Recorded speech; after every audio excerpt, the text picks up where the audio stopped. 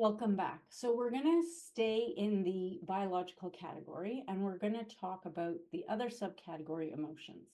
Now, I wanted to explain before going any further why I combine the emotions in the biological category and not put it in the psychological category. And when I thought about it, it could. I believe emotions can fall under the biological category and equally fall under the psychological category.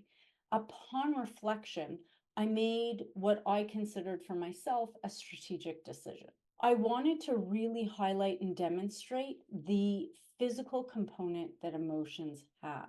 I wanted to, because when I experience emotions, I feel a lot of the physical consequences, the physical ramifications of those emotions. And when I think about a whole bunch of mental health issues and challenges and disorders, I know that there's a huge physical component to it. I also know that when we have physical issues, challenges, there are huge emotional components to those as well.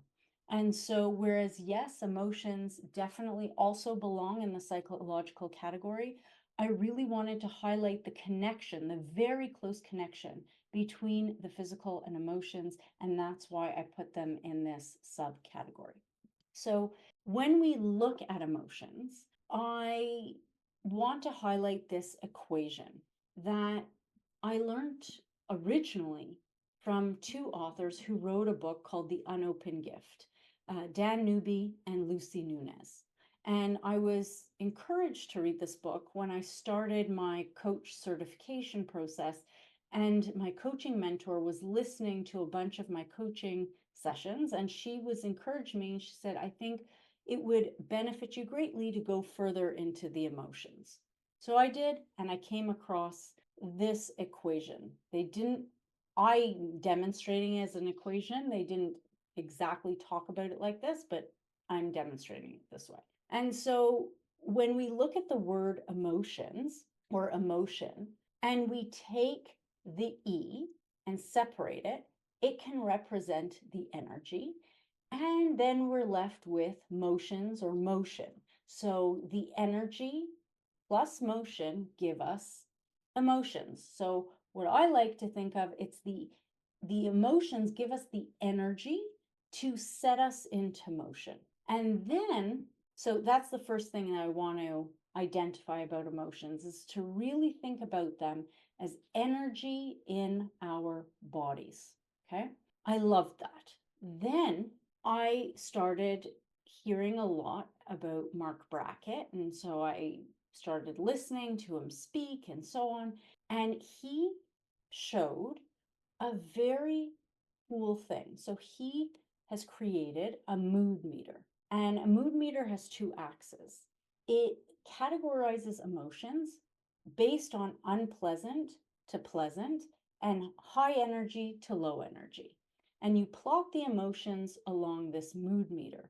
And what really struck me was the fact that he's plotting emotions along an energy continuum, and pleasant and unpleasant again, which is how we're feeling physically. And so I want to say that on this mood meter, we see that there are many emotions that bring us energy or that cause us to expend a lot of energy. So we have the feeling that we have tons of energy. And there are some that regenerate, that don't have the such high intensity. And so what's going to trigger our stress response cycle in particular to cause us to burn a lot of energy are the strong, pleasant emotions. And when you look at the mood meter, you're also going to notice that the strong, unpleasant emotions are also high energy. So burning a lot of energy. So when I take all that work together, I see that emotions, the emotions that we experience, can be huge triggers for our stress response cycle. And they are in fact involved in the nervous system because they will trigger that nervous system, and they'll trigger the limbic system, and they'll trigger the nervous system. And what we see is an expense of energy.